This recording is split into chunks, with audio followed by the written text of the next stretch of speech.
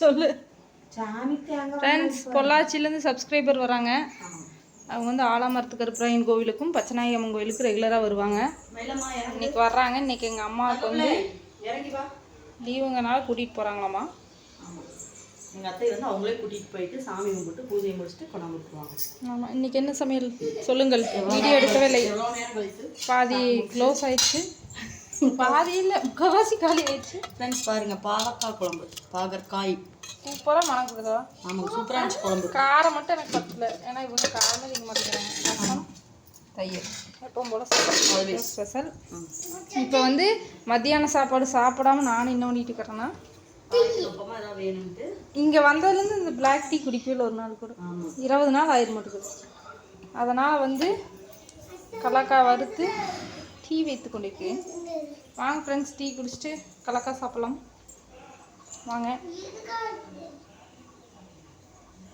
சொல்லுங்க, உங்கள் கருத்து ஏதாவது சொல்லுங்க. மைக்க இருங்க.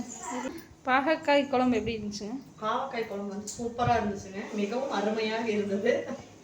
அடுத்தது என்ன சொல்லுங்க? இப்பொழுது தப்பா போச்சு, தள்ளு. உனக்கு வச்சு கொடுத்துட்டு கேட்டோம்னா ஓடி மைக்கில் ஏன் கொடுத்தா எப்படின்னா பாடி பேசி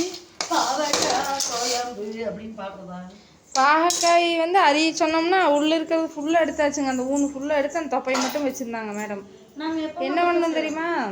அந்த விதையை மட்டும் எடுத்து அந்த வெள்ளையா அந்த ஊனுக்குதுல அதை விட்டுறணும். அப்போ தான் பாகக்காய் நல்லாயிருக்கு. அப்படியே உள்ள அந்த புடலங்காய்க்கு எடுப்போம் இல்லைங்க ஃப்ரெண்ட்ஸ், அது மாதிரி சொரண்டி வலிச்சு எடுத்துட்டு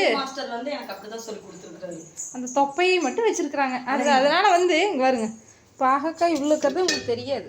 இவர் பிரதர் சமையல் மாஸ்டர் பிரதர் அப்படி சொல்லி கொடுத்ததுங்க. அப்போ அப்படிதான் இருக்கு அப்படிங்கிறியா? ஓகேங்க ஃப்ரெண்ட்ஸ், எல்லாரும் அசமலாயிட்டாங்க.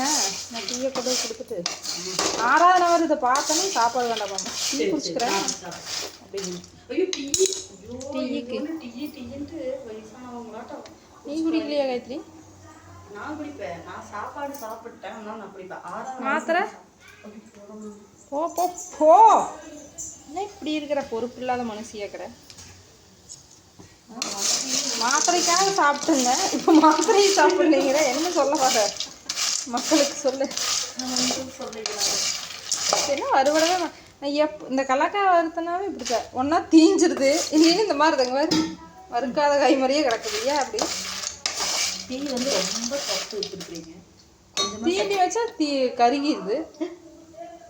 பெரிய இதெல்லாம் ஏதோ மண்ணில் ஓட்டு இது விடுவாங்க. அது எவ்வளோ நேரம் வந்து டீயவே காட்டுறதாங்க, ஓடிடுவாங்க வெறுத்து. வாழ்க்கையை தெரிஞ்சுக்கிட்டீங்களா, புரிஞ்சுக்கிட்டீங்களா? ஃப்ரெண்ட்ஸ், இந்த பூசணிக்காய் தான் வெயிட்லெஸ், பயங்கரமாக ரெடியூஸ் ஆகும். வேணா யூஸ் பண்ணுங்களா? வெறும் வயிற்றுல குடிங்க. ஜூஸ் மோரில் கலந்து குடிக்கலாம், தனியாக மறைச்சி ஜூஸ் குடிக்கலாம்.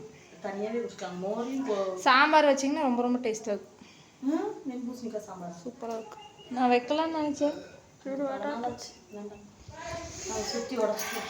ஓகே வாங்க டீ குடிக்கலாம். பாய். பொறுமை இல்லை எனக்கு, அதை எப்படி இருக்குதா போகலாம்.